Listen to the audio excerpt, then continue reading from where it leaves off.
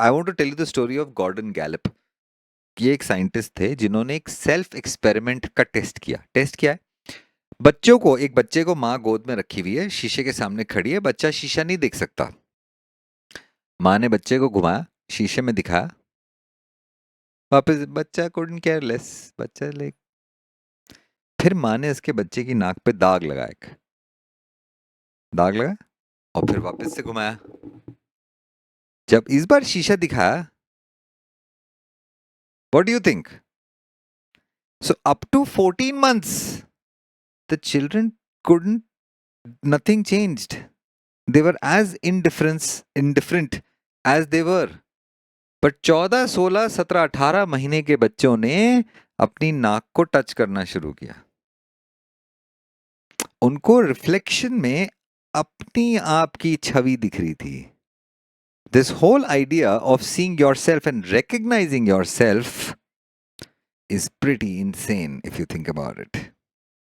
And this happens somewhere about 14 to 18 months. So, what at that stage happens is there is this concept of self recognition. What's really crazy about this 14, 18 months is that it's about the time we don't have any memory. हमको याद नहीं है पहले 2 साल अपने जीवन के। जब आप अपनी माँ के कोख से निकले, you don't remember the first 2 years of your life. I mean, that data, that memory data belongs to me, right? It's my data. Where is it? Why don't I remember it? Questions to ask. Whom?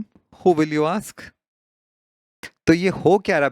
What we know is memories at play. And memory का जो formation का जो engine है, the function that has to start storing memories, that just doesn't kick off for the first 2 years. और इसके पीछे एक evolutionary story है, which there is no way to validate. But apparently, we should have been inside our mother's wombs for a longer period. We are literally premature. तो हम don't get excited. There are many mammals that give birth to eggs. Science के साथ प्यार मत करो, science में बहुत gaps हैं, अनफॉर्चुनेट है बट सच है। खैर, पॉइंट ये है कि हम, तो ये जो सेंसरी रिसेप्शंस, हमारा जो ब्रेन है ना, it's governing more than what we give it credit for.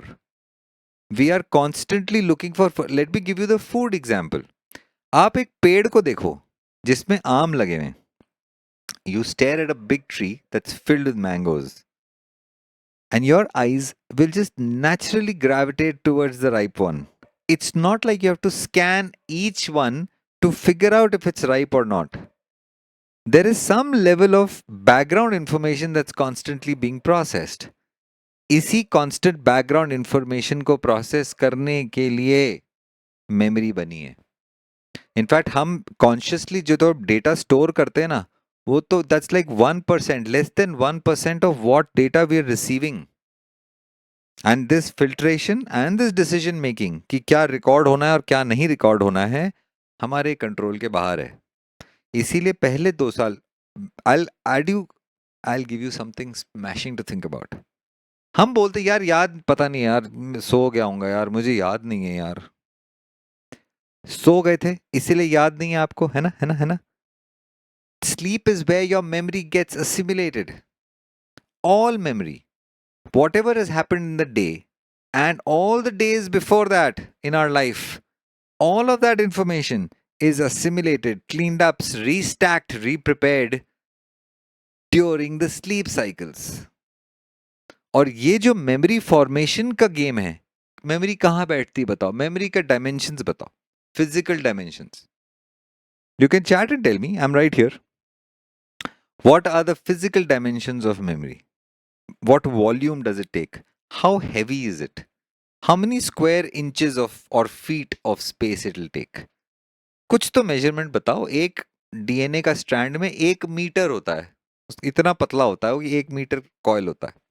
तो चलो कुछ तो इन्फॉर्मेशन है हमारे पास, बट मेमोरी को लेके कुछ नहीं पता है। हमको ये पता ही नहीं है कि हमारी मेमोरी कौन सी, क्या फिजिकल स्पेस यूज करती है। इलेक्ट्रोमैग्नेटिक वेव्स जैसे स्टोर होती हैं न्यूरॉन्स के अराउंड।